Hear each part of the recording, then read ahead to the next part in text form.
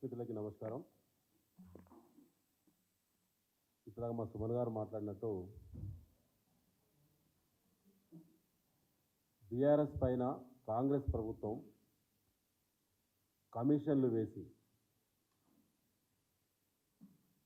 Congress party మంత్రుల పేషీలో మాత్రం కమిషన్ల కోసం ప్రత్యేకమైనటువంటి అధికారులను నియమించి కమిషన్లు వసూలు చేస్తూ ఉన్నారు. బీఆర్ఎస్ పార్టీ ఆరోపణ చేసింది నెల రోజులు అవుతున్నది తెలంగాణ సివిల్ సప్లైస్ డిపార్ట్మెంట్లో జరిగిన కుంభకోణం గురించి. ఇప్పటివరకు ముఖ్యమంత్రి రేవంత్ రెడ్డి గారు 1-2 సార్లు లీకులు ఇచ్చారు, వార్తలు సమీక్ష చేస్తామని చెప్పి. చర్యలు జరుగుతాయేమో అన్ని ఆధారాలు పత్రికా సోదరుల ద్వారా తెలంగాణ సమాజం ముందు పెట్టింది బీఆర్ఎస్ పార్టీ. మా వర్కింగ్ ప్రెసిడెంట్ కేటీఆర్ గారు అన్ని రకాల ఆధారాలతోటి ప్రెస్ కాన్ఫరెన్స్ నిర్వహించారు. ఉత్తమ్ కుమార్ రెడ్డి గారు కూడా ఇండైరెక్ట్గా జరిగిందంతా వాస్తవం అన్నట్టే చెప్పారు. వారు ప్రెస్ కాన్ఫరెన్స్లు తప్ప ఏ ఒక్కటి కూడా వారు ఖండించలేకపోయారు. ఇప్పటి వరకు చర్యలేదు. అధికారులను సమాచారం అడిగితే స్పందన లేదు.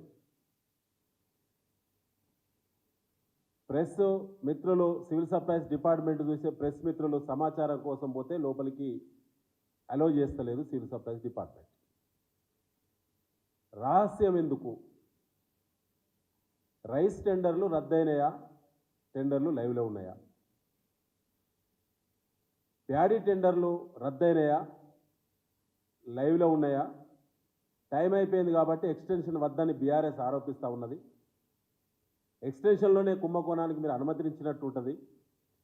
జరిగిన దానిపైన విచారణ చేసి బాధ్యులపైన చర్యలు చేయాలని చెప్పి బీఆర్ఎస్ డిమాండ్ చేస్తూ ఉన్నది.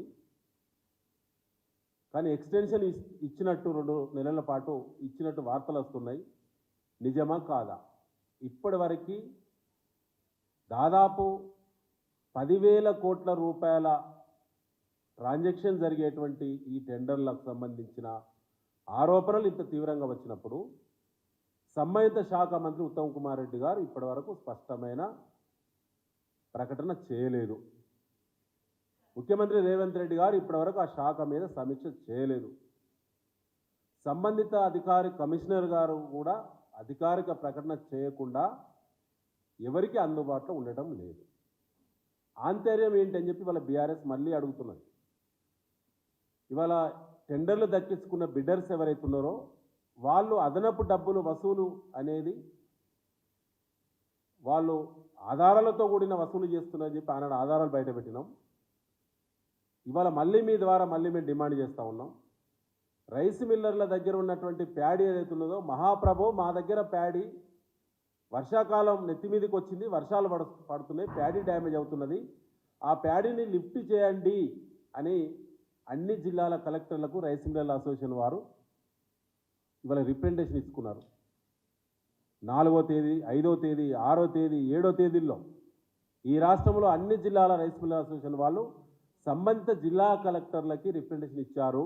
మా దగ్గర ప్యాడీని తొందరగా లిఫ్ట్ చేయండి.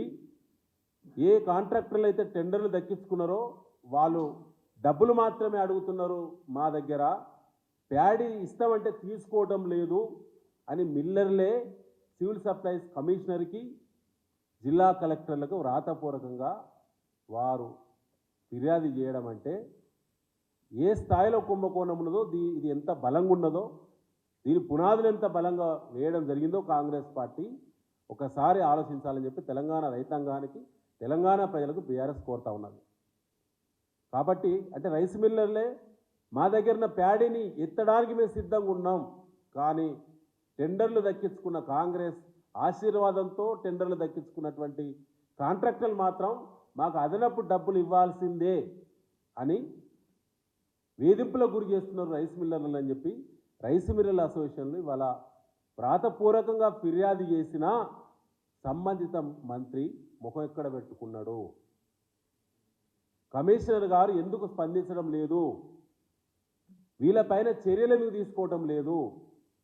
ముఖ్యమంత్రి రేవంత్ రెడ్డి గారికి ఇందులో సంబంధం లేకుంటే ఇప్పటి వరకు ఇంత తీవ్రమైన ఆరోపణ కాంగ్రెస్ ప్రభుత్వం వచ్చిన తర్వాత నిలబడే ఆరోపణ ఇవాళ బీఆర్ఎస్ పార్టీ చేసింది. ఆధారాలను బయట పెట్టినా కూడా ముఖ్యమంత్రి గారు దీని మీద సమీక్ష చేస్తలేడంటేనే వారికి ఉన్నటువంటి సంబంధం ఏంటి అంటే ఇది ఏ స్థాయిలో ఎంత బలమైన పునాదులు ఈ కుంభకోణంలో పునాదులు పడ్డాయో ప్రజలందరూ కూడా ఆలోచించాలి.